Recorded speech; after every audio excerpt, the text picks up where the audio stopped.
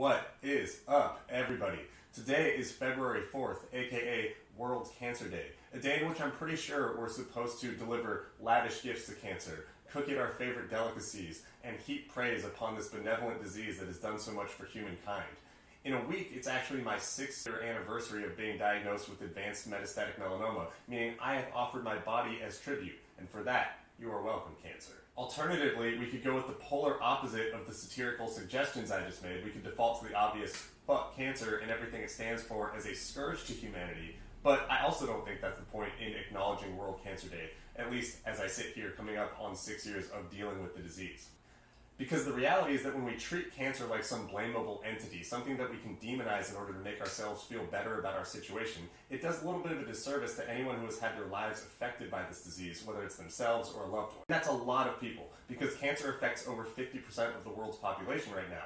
And it's perfectly justifiable to be angry at cancer, to swear at cancer, to vent at cancer. But it's a human experience, and given those numbers, it's almost an inevitability that we're going to have to deal with it. And so, World Cancer Day is about sharing our individual stories to create a collective community that can hopefully make it better every day so that one day, not as many people are affected by it, and if they are, they have better resources to deal with it that are based on real-life anecdotes from this human experience. Because, you know, as a 6-year veteran of dealing with advanced melanoma, I have all of my heart invested in the cure or more treatability existing. But I don't control that at all. I'm not a scientist or a doctor or a researcher. So my part in contributing to World Cancer Day and the greater cancer community is showing that it's very nuanced and there are good outcomes, and that even in the face of such a scary disease, we can help each other just by talking about it. And actually, I'm going to adjust that thought. There is one way in which everyone who has been diagnosed with cancer has contributed to the betterment of treatment or the possibility of a cure in the future. And that's to say, if you've been diagnosed with cancer and done treatment or done a clinical trial or sadly passed away from it, we have that data. And doctors and scientists and researchers who know what to do with that data are using it in order to create the better treatments or to create vaccines or possible cures in the future. So I think right now is a good moment to acknowledge those who have suffered through it in the past with little or suboptimal treatment, or those of us who have gone through it recently with better but far from perfect treatment. Is worth pointing out. It's worth noting, because even though none of us opted into this data set, we weren't like, yeah man, let's get cancer so that people can have it better in the future, it is a contribution and it's worth pointing out on World Cancer Day. Okay, that is far too much talking about other people who aren't me. Let's divert the attention back here. What does my story mean? How do I feel about World Cancer Day as I enter my 6th year of living with the disease?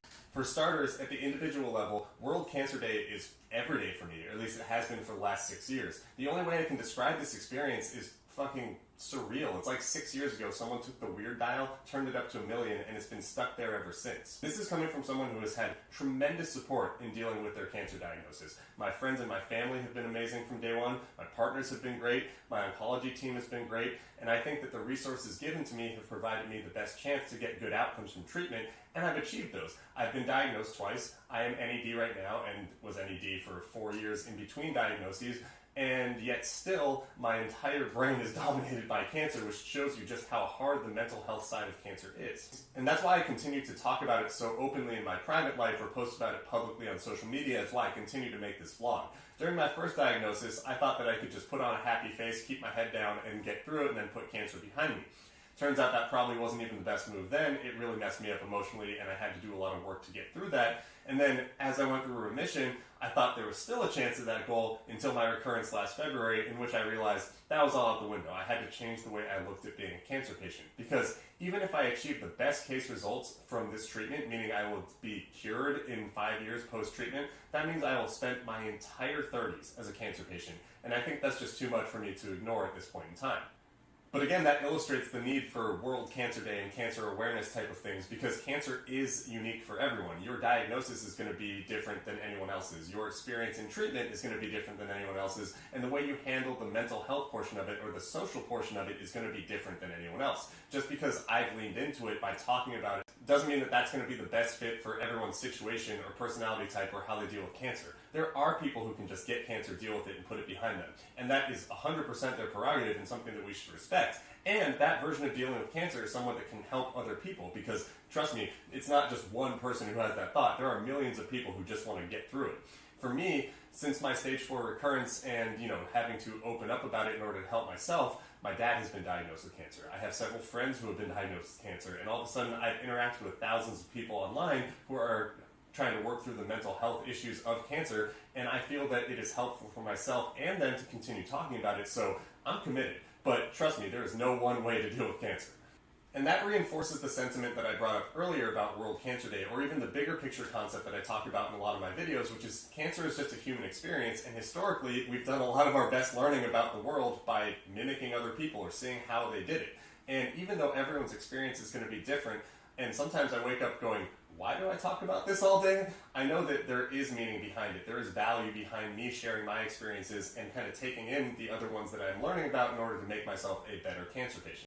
And the selfish part of me wants to continue to develop my skills and share these stories for 5 years, 10 years, 20 years, 30 years, as long as I can, because if I'm still able to do that in those time spans, that means I'm alive. That means I'm continuing to defy the odds from an advanced metastatic melanoma diagnosis. Like I said, I was diagnosed almost 6 years to the day, and when I was handed a packet that gave me the survival rates, the 5-year survival rate for metastatic melanoma, which is 3C at the time, or is 4 now, those were like 30% on paper. Granted, immunotherapy and my response to the treatment has me confident that my odds are a little better than that, but as far as I can see it, I am beating the odds every single day. But as I've learned and observed through 6 years of being a cancer patient, nothing is given. My cancer could come back quickly. My body might not respond to treatment. My luck might just run out. But I'm going to be here documenting it so that people who come along and get cancer after me can have an idea of what that looks like, how it might feel from my perspective, and how they can apply it to their situation. Like I said earlier, we're all hopeful for a cure or an advancement in treatment that makes this less scary or less insidious or less debilitating from a physical or mental health perspective, but that's not the reality we live in. The reality of the cancer world we live in right now is we're all put here unexpectedly, and I think all of us are working hard to do our best given the situation. I would have never, ever, ever guessed that at age 36 I'd be sitting in front of a camera documenting my 6-year experience as a cancer patient, but it's what I've chosen to do because it's the best way I know how to cope. And so to summarize how I feel about World Cancer Day and the ethos behind it, it's that everyone is contributing to this cause, whether it is loud or quiet, active cancer or NED, alive or dead, patient or loved one. We're all fighting the same fight. It's not like politics or sports. There aren't two sides to this game. It's humanity versus cancer. And winning is going to look different now than it is in the future, and winning is going to look different for me as an individual than it will for a different cancer patient. That's the ethos of World Cancer Day. So if you've made it this far in the video, thank you for contributing to my version of winning. Being able to talk about my experience as a cancer patient is really gratifying to me, and I think that by spending your valuable time watching these videos and engaging with my channel, it allows me to broaden those conversations for other cancer patients and their loved ones. If you want to drop a like and a subscribe, I'd really appreciate that too, but for now, know that I'm just happy you're here. I'm happy we're all here. I hope we can make cancer a lot more manageable in the future, and that's what World Cancer Day is about to me. Thank you. Bye.